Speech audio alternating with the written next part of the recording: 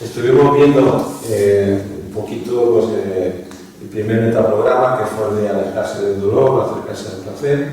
También vimos la semana pasada todo lo que nos daba la hipnosis, el tema de cómo saber si una persona está hipnotizada, los signos, las señales, qué se siente cuando se está hipnotizado, qué percibimos.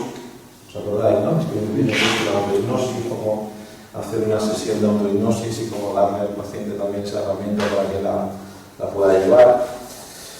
Los metaprogramas, como recordaréis, son filtros que utilizamos en los cuales pues, lo que hacemos es estructurar la información de tal forma que le demos sentido y creemos esa realidad que cada uno de nosotros tiene, porque nos enfocamos en una parte solamente de la realidad.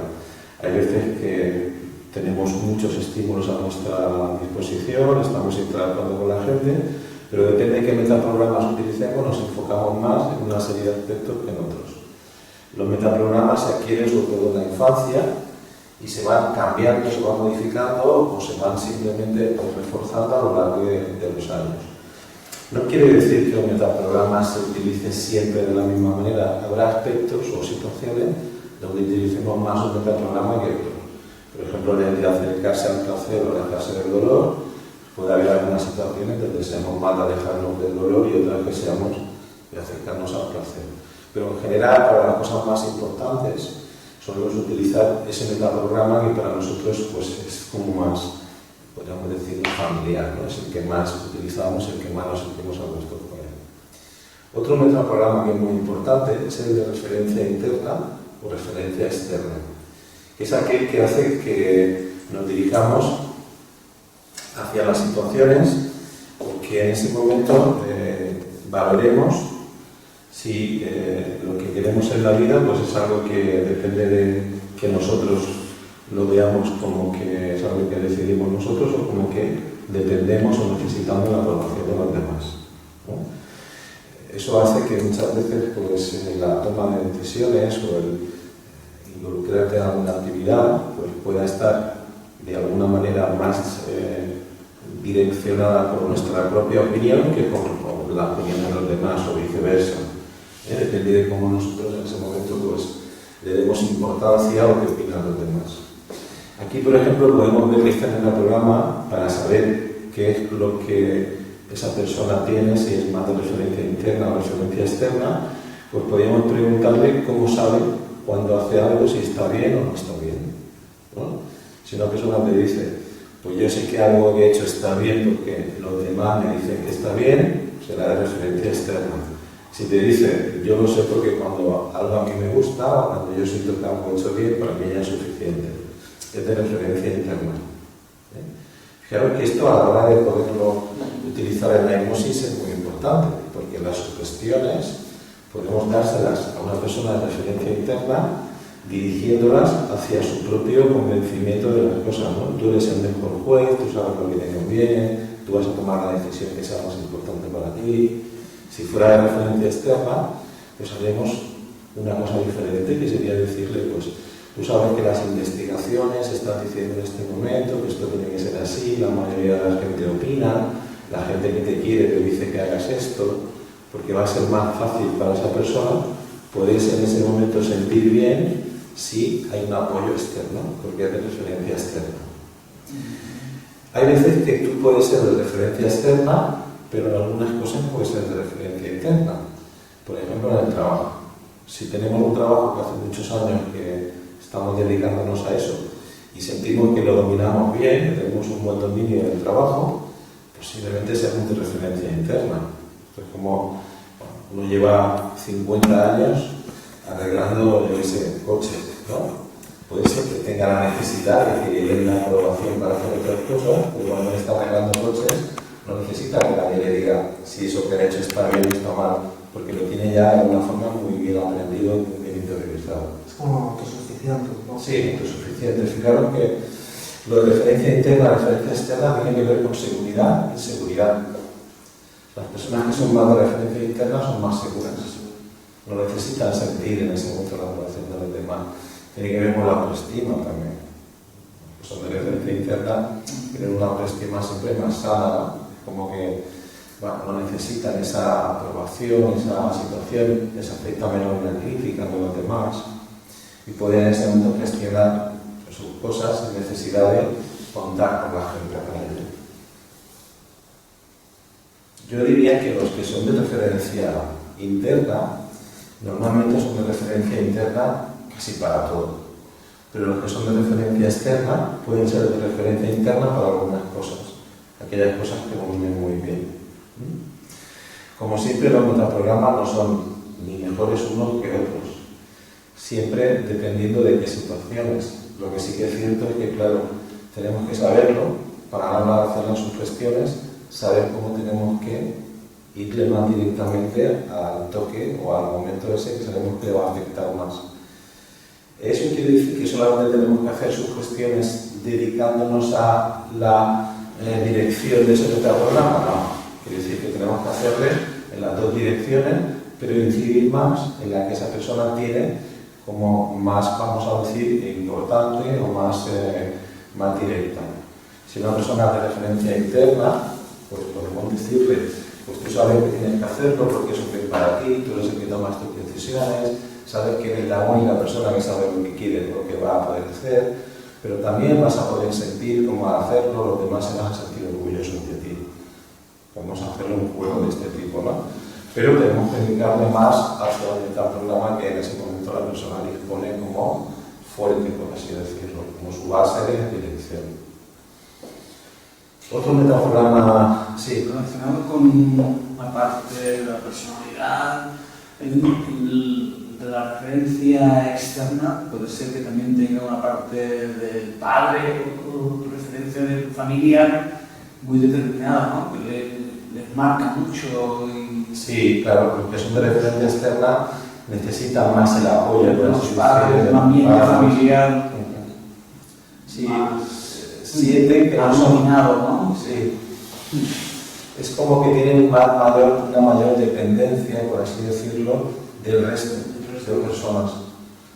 Claro que tiene que ver con la seguridad, lo que estábamos hablando de la autoestima, ¿no? Entonces, es cierto que hay diferentes familias o contextos en los que se fomenta más la independencia o la dependencia, y eso hace pues, que tengamos luego de alguna manera más propensión a ser de referencia interna o de referencia externa. Por ejemplo, si en una familia lo que se cultiva es ser amable con el niño, pero de alguna forma también ser firme, si juntamos amabilidad y firmeza, estaremos haciendo que ese niño, cuando sea grande, tenga más probabilidades de que sea de referencia interna. Porque le estamos diciendo qué tiene que hacer, pero se lo estamos diciendo sin fisuras, sin firmeza y además amablemente, sin hacerle en ese momento sentir culpable. Por lo tanto, tendrá más facilidad para ser de referencia interna. Esto es como esa seguridad que se va construyendo en la infancia. No es lo mismo decirle pues, a un niño, ten cuidado que te vas a caer, a decirle, agárrate fuerte y mira en este momento cómo coger las cosas para sentirte firme, ¿no? Las dos formas son utilizables, pero evidentemente cuando le dices pisa firme y mira dónde ponen los pies, le estás dando firmeza y no le estás en ese momento reprochando ninguna cosa. Entonces este tipo de estilo pues, fomenta más, en este caso, la referencia interna.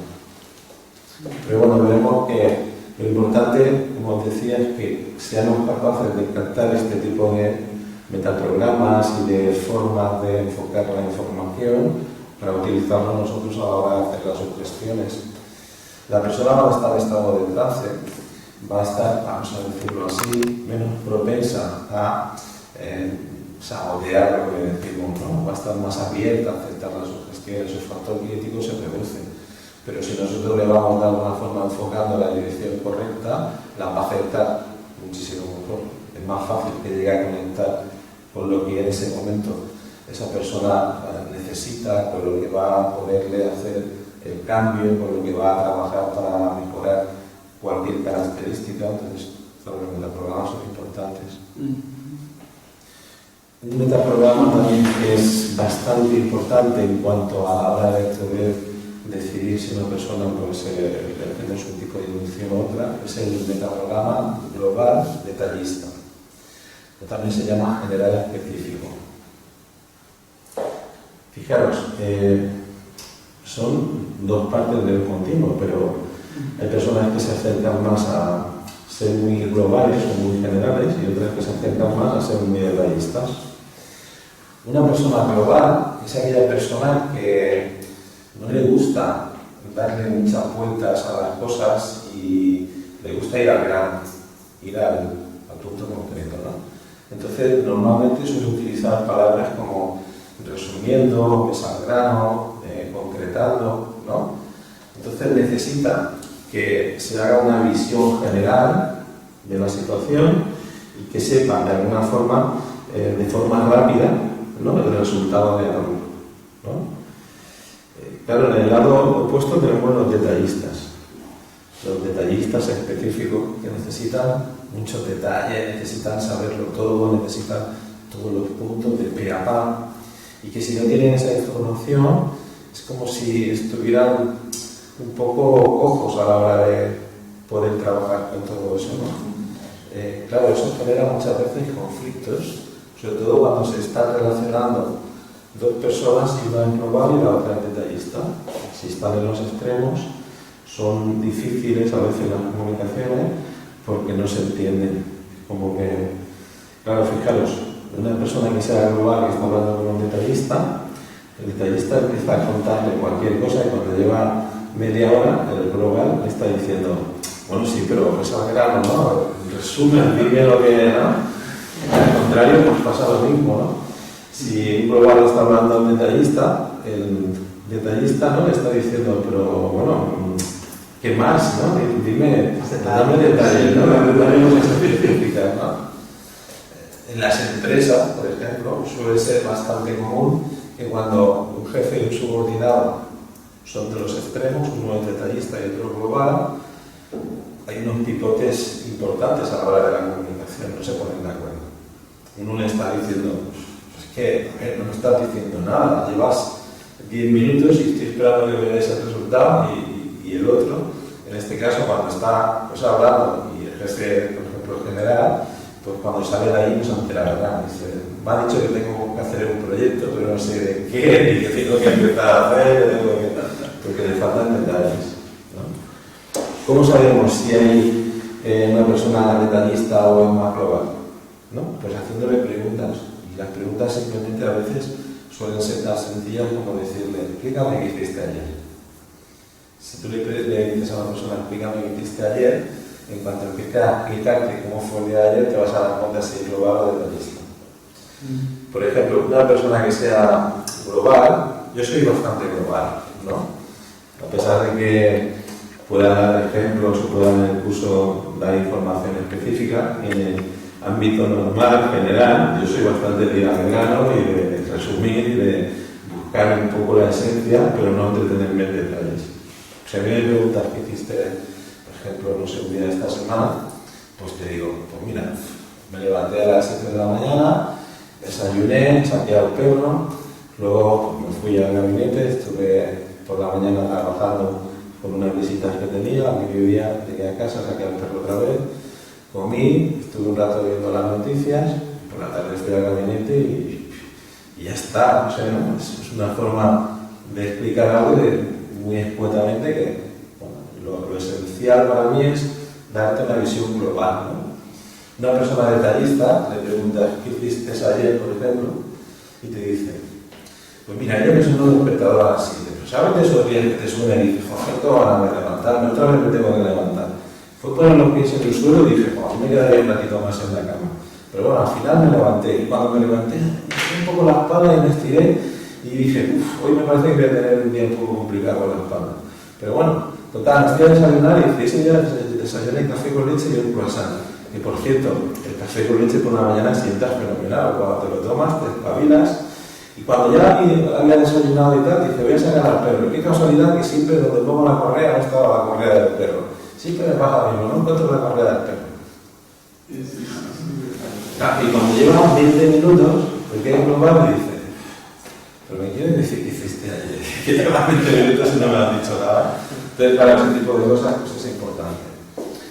Claro, fijaros, a la hora de la inducción, ¿qué hacemos si una persona es detallista? ¿Le damos muchos detalles? le dices, y ahora vas caminando por el campo y te fijas en el color verde de todo lo que te rodea. Miras a tu derecha y hay un árbol enorme, hermoso, grandioso. Fíjate que está lleno de ramas y en cada una de esas ramas hay un montón de hojas, también de color verde. Fíjate en una de esas ramas y verás que además se posa un pájaro en esa rama y ese pájaro empieza a cantar y cuando canta tú prestas atención a ese pájaro y te das cuenta de que todo lo que está en ese momento escuchándose en el campo tiene que ver con esa sensación de armonía de la naturaleza, porque escuchas el pájaro cantar, escuchas el agua del río, escuchas la brisa cuando mueve las hojas de los árboles, te da detalles, ¿no? Va a sentir genial. Si es una persona que es muy global y le empiezas a dar muchos detalles, la agobias. Porque está un poco sintiéndose que le estás vulnerando su espacio y le estás metiendo mucha información sin que en ese momento le apetezca a lo mejor pues, centrarse en tantos detalles. Una persona global, ¿qué le diríamos? Pues le diríamos, y ahora vas caminando por el campo y puedes ver todo lo que tus ojos pueden ver en ese momento. Y puedes escuchar todo lo que tus oídos pueden sentir y escuchar. Y puedes estar en contacto con la naturaleza y disfrutar de ella enormemente. Claro, la persona que hace, crea, se pone en ese momento a hacer su propia visión de esa parte de la naturaleza que hemos descrito de forma muy global, pero ella ya va viendo, va haciendo cosas. Entonces, por eso a veces, cuando hacemos una inducción y decimos, ¿cómo es posible que a una persona le vaya tan bien y a otra persona le vaya tan bien siendo la misma? Por este tipo de cosas. Hay que adaptarlo a cada persona.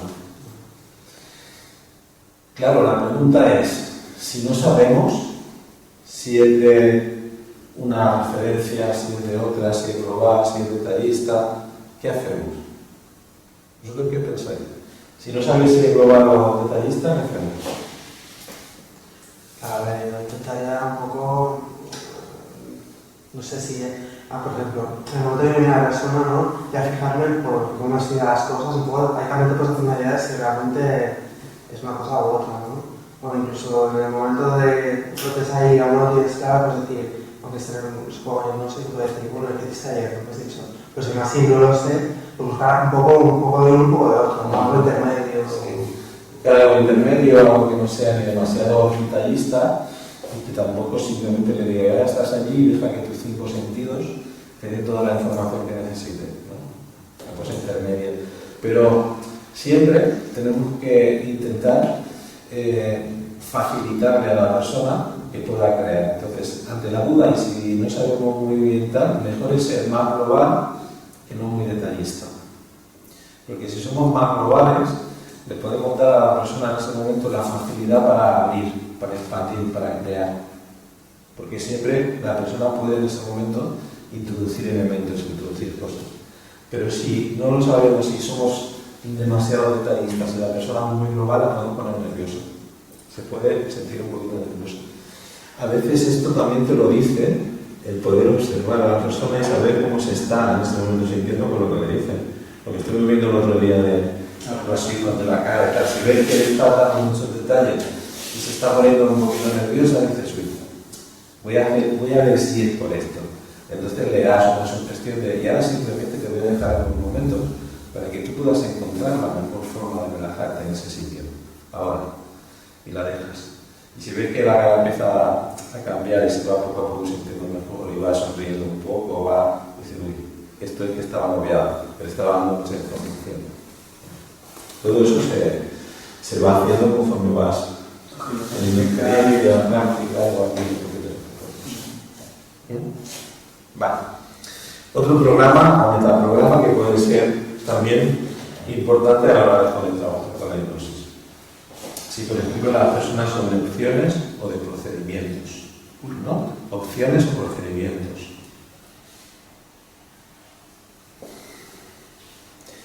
Fijaros, las personas que son de opciones son aquellas que no les gusta tener que estar pensando que tienen una serie de, vamos a decir, de tareas ya estructuradas y que les hacen estar siguiendo unos patrones, unas reglas que les limitan la libertad. Son aquellas personas que prefieren estar adaptándose a las situaciones conforme van sucediendo, ¿no? Si, por ejemplo, una persona es de opciones y le hacen hacer un viaje de estos programado que tiene todas las horas, sabiendo a tal hora estás en tal sitio, a tal hora estás en tal sitio, se va a agobiar bastante, se va a sentir como si no le dejaran estar libre, como si estuviera oprimido. Entonces, las personas que son de opciones necesitan tener la facilidad de irse adaptando a las cosas a medida que van sucediendo. No les gusta atarse a situaciones programadas. Eso no quiere decir que ellos no puedan hacer procedimientos, pero los hacen para los demás. Incluso son buenos haciendo procedimientos para los demás. Les pueden marcar a los demás pautas para que las vayan haciendo de forma ordenada, pero para ellos mismos les es muy difícil hacer ese tipo de cosas. Esto, por ejemplo, en la consulta se ve cuando hay una persona que normalmente te falla mucho a las citas y aunque tú le digas vente al día y tal, te llama y te dice mira, es que no me va bien para esta hora, cambio una para otra, no sé qué. Es que es una persona de opciones, no le gusta tener una agenda con el tiempo programado y donde tengo que estar a tal hora y tal hora. Como si le quitaras en ese momento parte de su libertad. Creo que es así, Yo creo que lo que está diciendo encaja un poco en... Encaja un poco en las opciones. Sí, que me agobia un poco la sensación de... Porque tiene que ser así, ¿no? Entonces ya o cambio o no sé... Y racionalmente se bloquea a veces, ¿no? Sí. Pero sí es verdad que... Sí. Bueno, ese tipo de cosas te hace pensar que posiblemente tienes que, de cierta manera, pues prever que no te vas a sentir bien haciendo una cosa establecida con un horario y tal. Y puedes empezar a ver cómo se siente mejor metiendo entre medio algunas actividades que seas tú que lo decidas. Si, por ejemplo, tienes todo un día con cosas programadas, al final del día te vas a sentir un poco agobiado, cansado, estresado. En medio puedes improvisar alguna cosa, hacer alguna cosa que te permita no estar sometido a ese tipo de cosas. Claro, en el lado contrario tenemos algo que son de procedimientos. Y los que son de procedimientos, pues necesitan tener esa estructura. Y necesitan sentir que están haciendo las cosas con ese orden para sentirse útiles. Van a ser más fácilmente acoplables a empresas en las que tienen una estructura muy jerárquica y que tienen pues una serie de filosofía de empresa muy marcada, ¿no? Porque los procedimientos para ellos son buenos.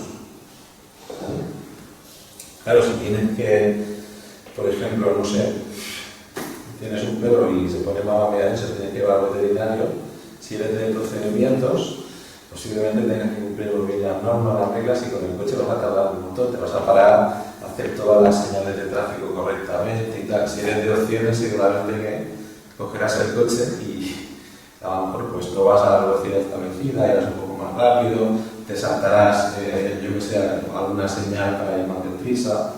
Eso te lo hace, de alguna forma te hace ver qué tipo de patrón está también en ese momento utilizando, si son opciones o procedimientos. Porque los de procedimientos son más de seguir reglas, normas, de hacerlo todo como está marcado, como está establecido. Y los de opciones son un poco más rebeldes. ¿Sí? Claro, fijaros aquí a la hora de la inducción. Si una persona es de opciones, pues tenemos que darle algunas libertades a la hora de poder hacer que las sugestiones vayan ganando, ¿no? Como tú sabes que en este momento vas a poder hacer eso que quieres hacer de la mejor forma para ti, ¿no? A los que son de procedimientos, paso 1, paso 2, paso 3, paso 4, paso 5, ¿no? Ahora, a partir de este momento vas a conseguir ese objetivo que te han marcado. Lo primero que vas a hacer es aprender a planificar tu tiempo. Lo segundo que vas a hacer es comprometerte contigo mismo. Lo tercero que vas a hacer es ponerte una meta, un objetivo. Claro, si tú le haces toda una serie de puntos a una persona de procedimientos, se va a sentir buenísimo. Va a decir, joder, esto lo voy a hacer. Esto me hace sentir bien. Entonces, todo este tipo de cosas son sutiles, pero tienen luego el componente que te ayuda, te facilita a llegar a conseguir el cambio que queremos obtener de una persona.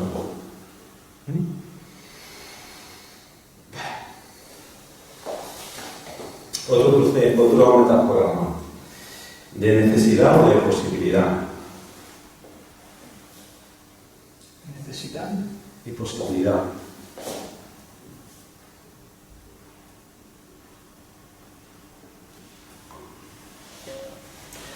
Claro, los que son de necesidad, al final están esperando que las cosas vayan de alguna forma cambiando por sí solas y no tienen esa iniciativa de hacer cambios en su vida de cara a arriesgarse demasiado. Por ejemplo, los de necesidad, si están en el trabajo y están mal porque ven que hay dificultades en la empresa, que la empresa pues a lo mejor va mal desde hace un tiempo y tal, seguramente que esperarán a que la empresa cierre para cambiar de trabajo, porque solamente se van a movilizar para buscar trabajo cuando ya no haya otra alternativa. Es la necesidad lo que les empuja a hacer las cosas. Sin embargo, los de posibilidad están más encaminados a buscar ese crecimiento personal, aumentar la probabilidad de obtener beneficios, dirigirse hacia un objetivo que contribuya pues, a obtener pues, ese crecimiento personal, una serie de ventajas, una serie de beneficios.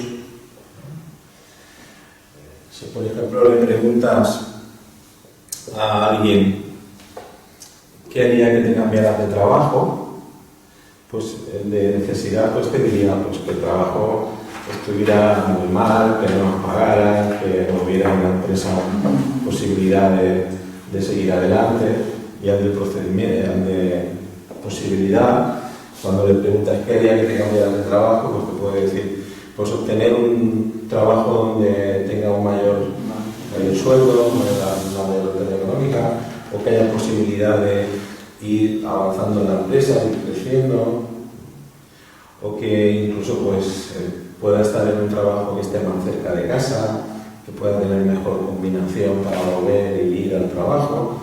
Son personas que tienen esa tendencia a ir acercándose hacia la posibilidad de mejora, de tener una actitud mucho más adecuada en cuanto a beneficios y todo ese tipo de cosas. Hay veces que los metaprogramas, cuando los analizas, ponen pues una correlación entre algunos y otros, ¿no? Ves que, por ejemplo, necesidad y posibilidad tienen también algún punto en común con lo de alejarse del dolor y acercarse a un placer, ¿no? Es más fácil que una persona que sea de posibilidad sea de acercarse a un placer, porque hay muchos puntos que convergen ahí.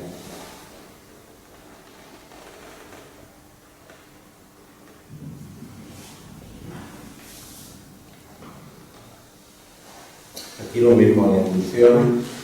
Pues una persona que sea de necesidad, pues tenemos que hacerle más sugestiones de cara a darle información sobre la sensación esa de evitar, de perder, de carencia, porque se va a sentir más identificada con ese tipo de cosas. Y si es de posibilidad, pues darle más sugestiones de proyección de futuro con el éxito alcanzado, con los objetivos, con la mejora, con el beneficio. ¿Veis un poquito la relación, no? Vale. Otro metaprograma que también puede ser importante, en este caso es el de pasado, presente y futuro.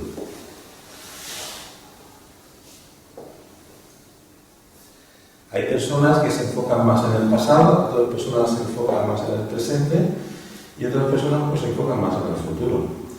Hay una correlación también con el tema de las emociones que están implicadas. Las personas que se centran mucho en el pasado, y el pasado pues, constituye pues, una forma de ver lo que no han conseguido, los fracasos que han tenido, las frustraciones que han desarrollado, suelen ser personas que acaban teniendo tendencias depresivas, están más centradas en el tema de la depresión.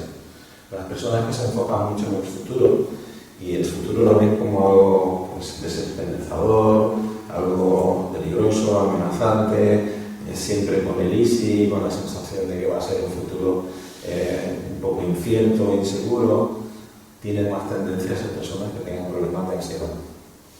Porque la ansiedad se nutre sobre todo del miedo al futuro, a la percepción de un futuro muy incierto, muy inseguro, ¿no? Las personas que se centran más en el presente suelen ser personas bastante dinámicas que suelen tener bastante equilibrio emocional, porque el presente es una de las vivencias que te permite vivir intensamente y ir recreando las situaciones a medida que se van produciendo y también ponerte a resolver los problemas a medida que se van propiciando o apareciendo. Entonces, si una persona es de pasado, vemos que tiene un discurso, está muy centrada en el pasado, pero aquí tenemos que trabajar con el pasado.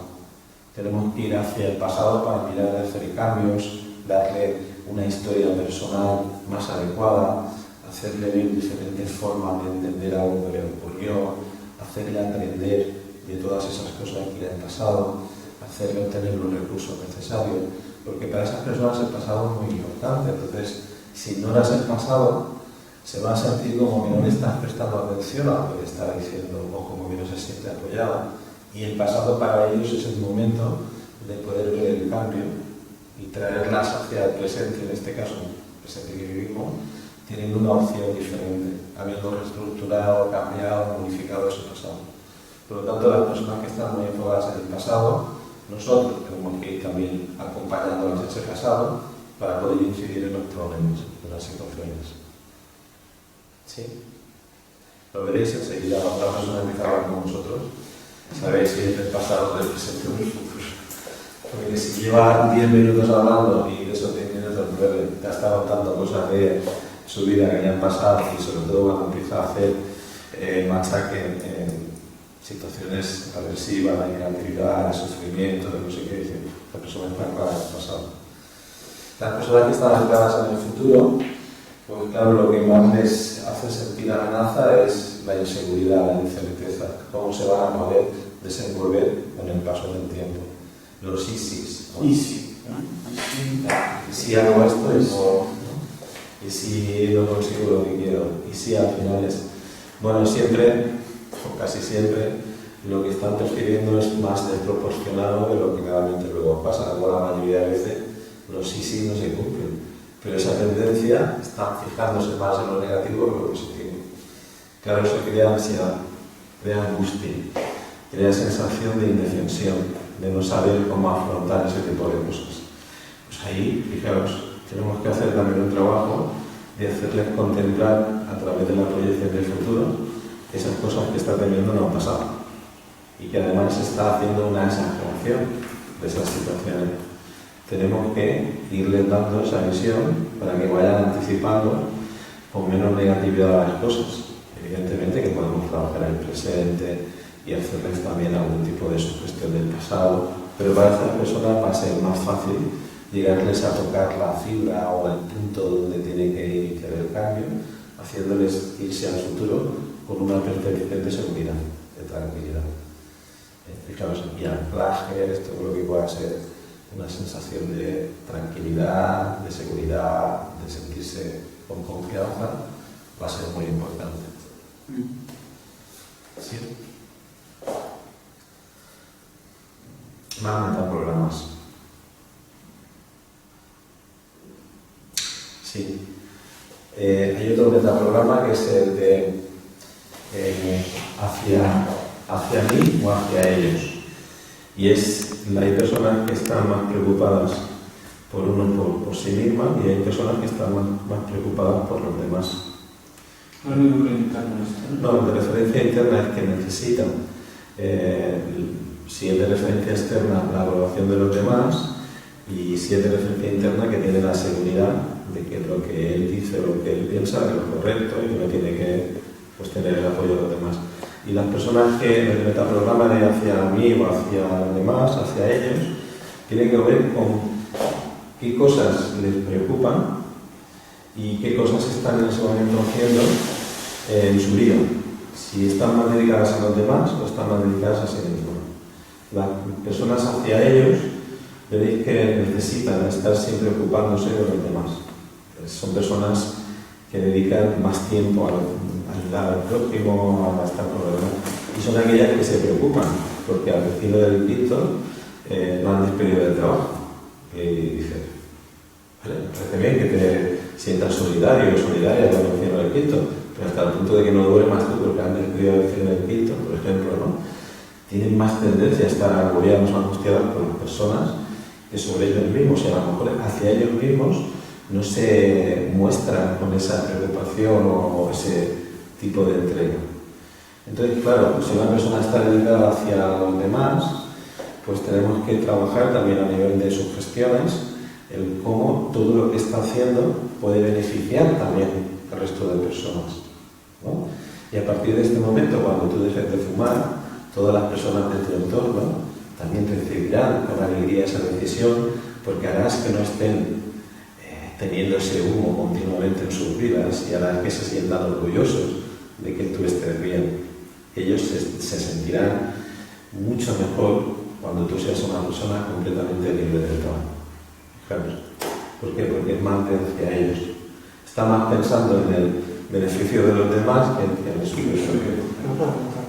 Esta gente que a veces se preguntan tanto por los demás, a veces no puede ser porque ellos no quieren, porque yo lo he visto a veces gente que a veces no quieres tú afrontar tus propias historias, ¿no? Y por eso estás tan pendiente de los demás, que luego hay gente que sí que pueden ser realmente lo que se hace, pero también hay mucha gente que lo hace un poco para no pensar en lo suyo, ¿no? Sí. Puede ser que se te viene alguien que lo ves ya que sí, porque los demás, no sé, que siempre te están hablando de los demás, puedes pensar, o sea, esta persona quizá tiene algo dentro que no quiere afrontar. Sí, no quiere afrontar sus problemas. Sí. Lo que hace es que, bueno, proyecta incluso los demás muchas cosas y hace que sea en ese momento lo importante, lo de los demás, para no trabajar sus propios problemas. Puede ser un tipo de situación así, pero es su forma de funcionar. Entonces también va a tener más propensión a aceptar sus gestiones cuando vayan encaminadas a los beneficios de los demás. Hacia sí mismas se dejan siempre un poquito en segundo plano. Como que lo importante es que esté bien mi hijo, mi hija, mi marido, mi mujer, y son de aquellas personas que a lo mejor ven al niño resfriado, ¿vale? Y ya están agobiadas. Sin embargo, a lo mejor ellas pues están resfriadas, le duele la espalda, van a cortar una pierna y les da exactamente igual, no se sienten con la necesidad de sentirse preocupadas por ello, pero por lo menos se preocupan un montón. Es un poco aquellas cosas que dices, rozan, ¿no? Ya un poco la obsesión muchas veces hacia los demás, ¿no? Y seguro que conocéis a gente así, que es las típicas amas de casa, ¿no? Sufridoras, ¿no? Que todo es primero lo demás y para allá también. Sí. Esto tiene que ver también muchas veces con el tema de la fibromialgia, por ejemplo. Las personas que tienen fibromialgia se preocupan más por los demás que por sí mismas. Porque al final, cuando te cuentan y te empiezan a contar cosas, todo tiene que ver con estar siempre haciendo cosas para los demás, estar, todo el día ocupadas con los demás. Si la madre, que si el padre, que si el hermano, que si el otro, que si los hijos, que si... Y cuando tú les dices, tú no haces nada para distraerte un poco, para hacer alguna actividad, ¿por qué no te vas un rato al gimnasio a nadar un poquito y hacer agua allí? Uy, si yo no tengo tiempo para hacer agua allí. Bien, ¿no tienes media hora al día? 2 veces por semana? No tengo tiempo, yo tengo muchas cosas que hacer. Luego cuando te cuentan las cosas que hace, está haciendo cosas que no serían en ese momento necesarias. Todos los días voy a casa de mi madre a ver si ha desayunado, ¿no? Y tienes que ir a casa de tu madre a ver si ha desayunado. No es necesario, esa media hora la puedes dedicar para ir a hacer. Sí, pero no.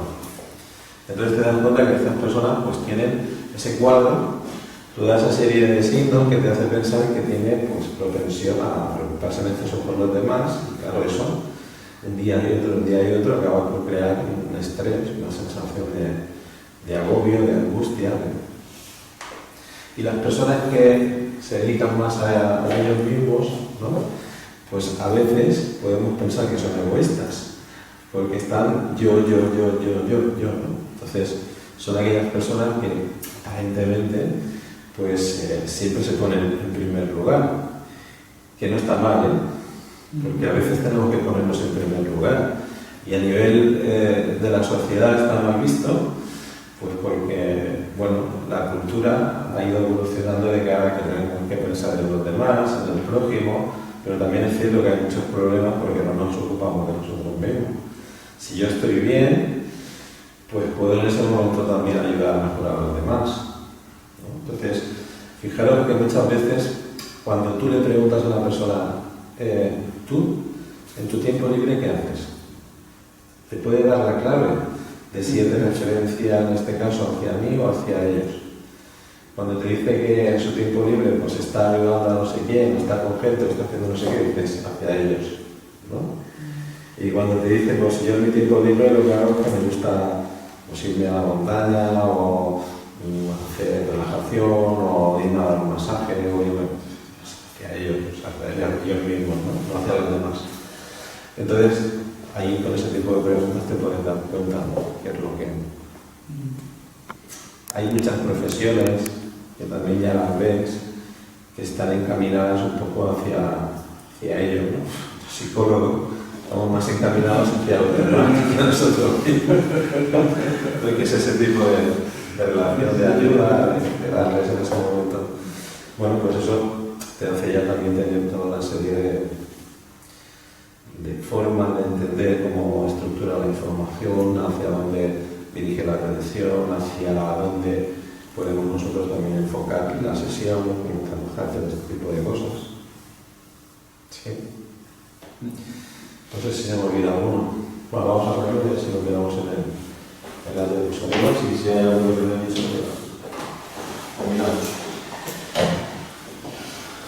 Pues está muy interesante, porque vas diciendo, yo pensando en gente, digo, no, solo decir unas vueltas, ¿no? O incluso antes, no está claro, pero no sé, realmente, y dices, quizás vas a no me llevo también porque es un tipo totalmente un extremo y soy de otro, ¿no? O sea, te puede dar un poco de pistas, o sea, no solo para el cliente o el paciente, sino para abrazarte con los demás un poco. Sí, bueno, es que, claro que los metaprogramas son una forma de comunicación y a nivel de relación son muy importantes. Hay veces que, por ejemplo, las parejas funcionan o no funcionan dependiendo de qué tipo de metaprogramas tienen. Normalmente las personas que tienen el mismo metaprograma suelen ser más fácilmente acoplables y que se pueden de alguna manera relacionar mejor. Por ejemplo, una pareja que no sea detallista y el global de extremos, las conversaciones son muy complicadas, muy difíciles, porque uno está siempre diciendo, pero ves al grano, llevo media hora para decirme no sé qué, y el otro al contrario, ¿no? Es que no me hablas, es que no me das en este momento detalles, nunca me dicen las cosas, siempre me dices sí o no, o sea, de este tipo. Claro, fijaros, en la consulta, cuando te viene alguien que es global, es difícil, tienes que estar más activo. Tienes que hacerle más preguntas, tienes que irle encauzando más la sesión para que se vaya viendo. Cuando una persona es específica, muy detallista, tienes también que encauzarla, pero para que no se te vaya a otras cosas. Porque te empieza a hablar y cuando lleva un rato, el que está disperso eres tú. Porque dice, a ver, ha empezado hablando de su madre y ahora me está hablando de las vacaciones del año pasado, para ver, y me entra, ¿no? Porque claro, se interesan mucho y tienes que entonces decir, sí, pero mira, me estabas diciendo que, ¿no? Te hace un poquito. O resumiendo, tienes tú que ir haciéndole resúmenes para que se vaya centrando otra vez en las cosas. Pues claro, estos tipos de formas, de programas que la gente utiliza y tal, te van dando a ti unas pautas para trabajar de esa manera. Y claro, son súper importantes y como decíamos, están en la vida diaria, si es que lo ves. O las empresas, depende de qué empresas, a lo mejor les conviene más tener a alguien detallista que global. Eso de recursos humanos, ¿no? Estar ahí pendiente. Claro. Si tú tienes un puesto de trabajo, por ejemplo, que eres, no sé, estás en calidad y tienes que ir revisando los procedimientos y tal, no sé qué, pues tienes que ser de procedimientos, no puede ser de opciones. Si estás trabajando como técnico de calidad, no puede ser de opciones. Es decir, bueno, ya veremos a ver cómo hacemos esto. Perdona. Tienes que tener un protocolo, tienes que tener una ruta, la pieza de no sé qué, tienes que tener todo bien estructurado. Pero es que además tienes que ser detallista, no puede ser global. Uno de calidad no puede decir, a ver, va, ya está bien la meta. No, a ver, mírala bien, mira todos los puntos, etc. Claro, tienes que tener en ese caso referencia interna o referencia externa.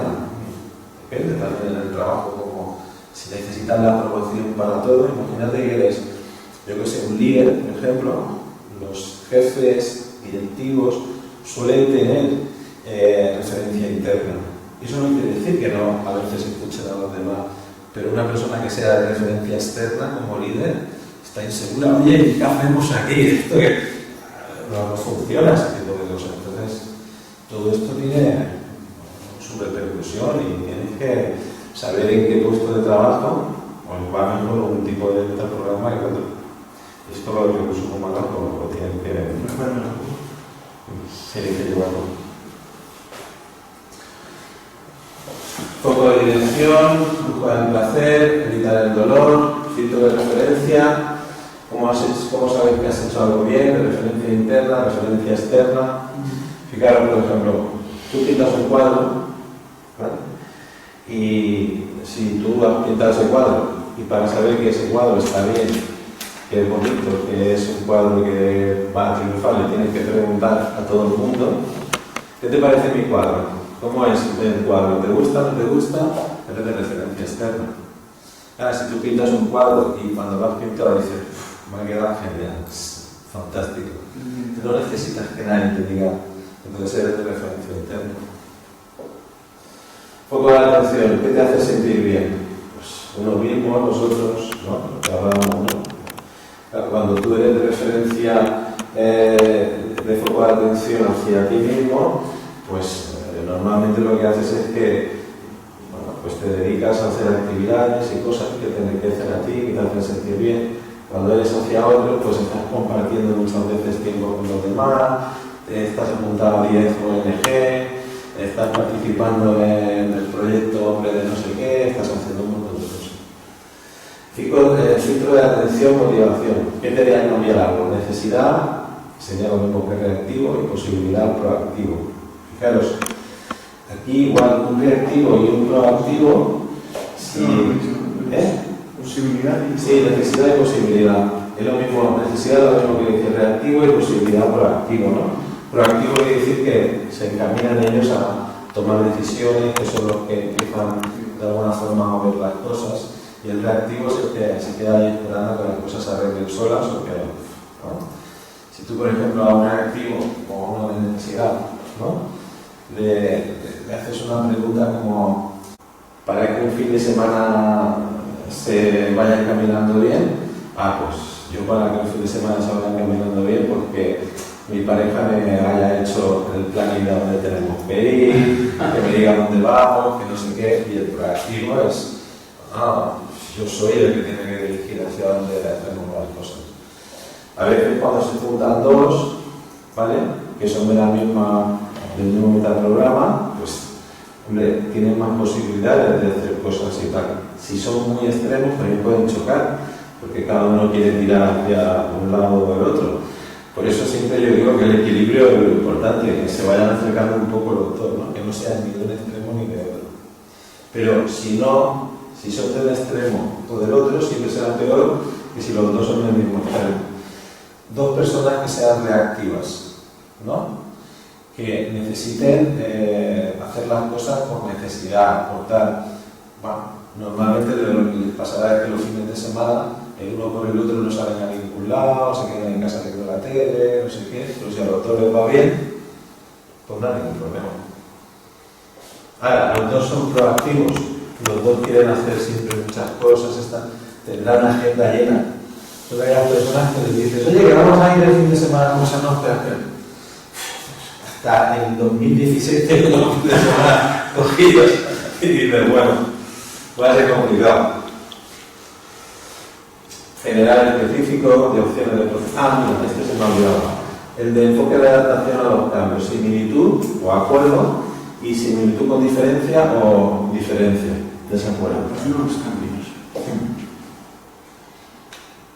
Todos tenemos en este metaprograma las dos facetas, ¿no? Nos gustan las cosas que son iguales y también nos gustan las diferencias. Pero sí que es cierto que hay personas que se decantan más hacia las cosas que son iguales y otras que se decantan más hacia las cosas que son diferentes.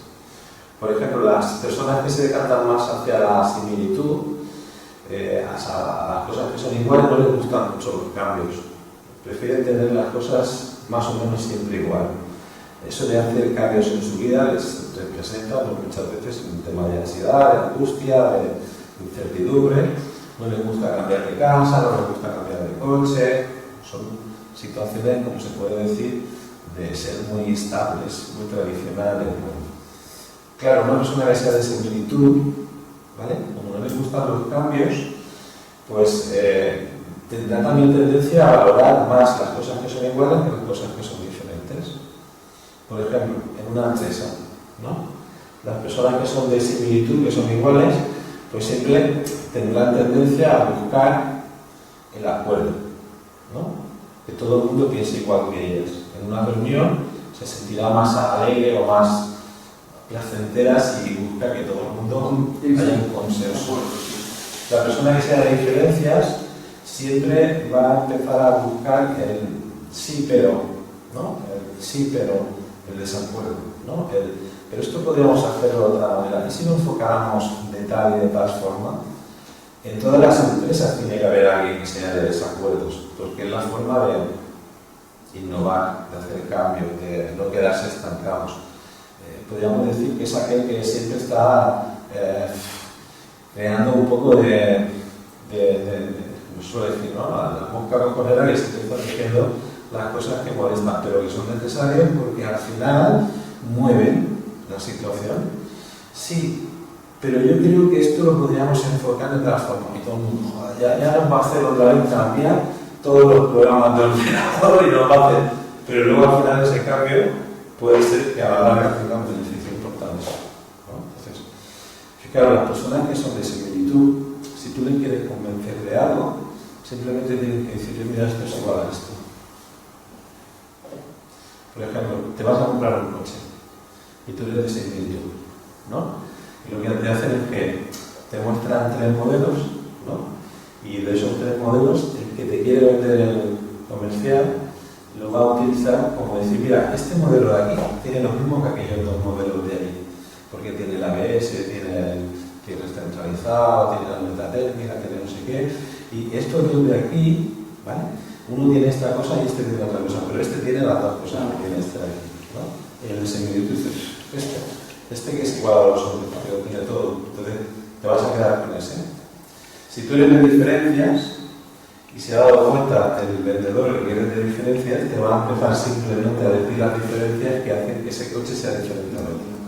Dice, mira, este tiene algo que no tiene ni ese ni ese.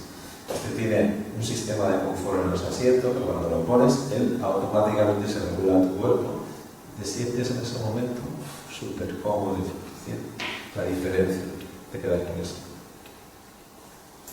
Fijaros que cosas más sutiles, pero que funcionamos así, las personas. Entonces, claro, ¿cómo utilizamos esto en la hipnosis? Si sabes que una persona es de diferencias, tienes que darle lo que va a hacer que cambie. A partir de este momento vas a sentir que tu vida va a cambiar, porque cada mañana cuando te levantes te vas a sentir esa persona diferente a la que eras antes. Una persona libre de ansiedad o libre del tabaco, una persona. Si es de similitud, a partir de este momento te vas a dar cuenta que eres igual a esas personas que se sienten libres. Claro. Entonces, todo ese tipo de cosas son sutiles, pero son importantes.